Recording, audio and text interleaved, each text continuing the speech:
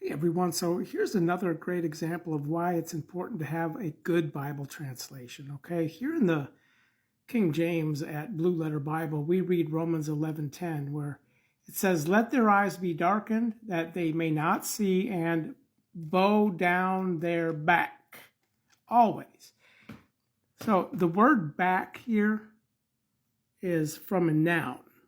So we come down here, notos, G3577. Where then in the same Greek word family, G3576, we find the adjective form of the same word, which you see the King James has translated dull and slothful.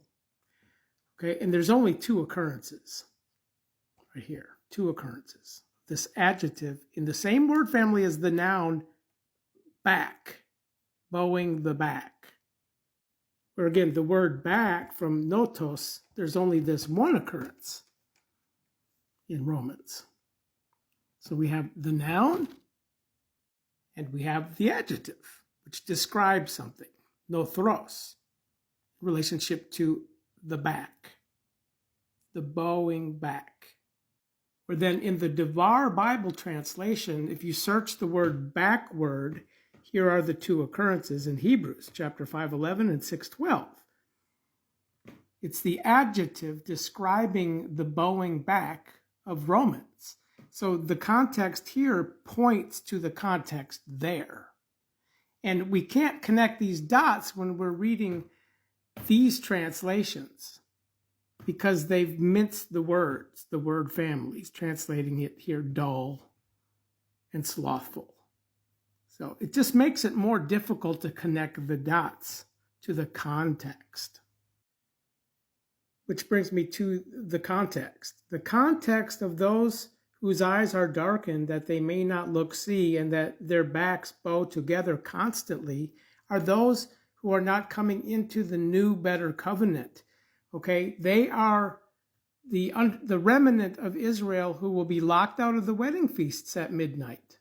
They will not come to Hebrews 12:22.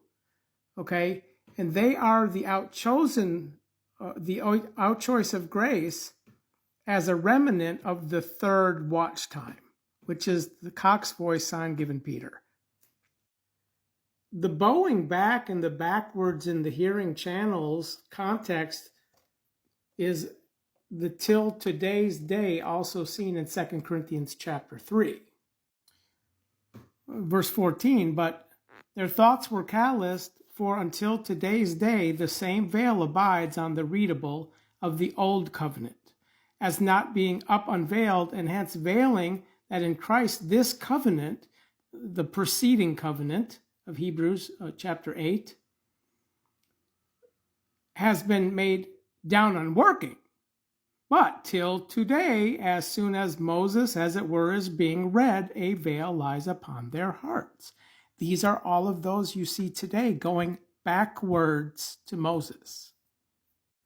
They're not understanding the order of Melchizedek, according to the likeness of Christ, concerning whom there is much which the word and the adverse to translate, meaning difficult to translate, has to say to us. Because you have become backward, nuthros, in the hearing channels. Okay? It's the same context here.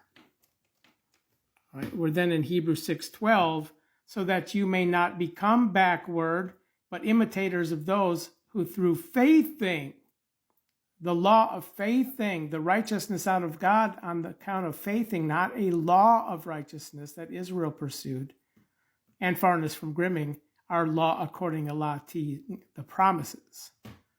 So this is how we interpret the contexts here to the context here, and many, many other verses, where I highly recommend getting the Devar Bible translation, which is only available in this free software application.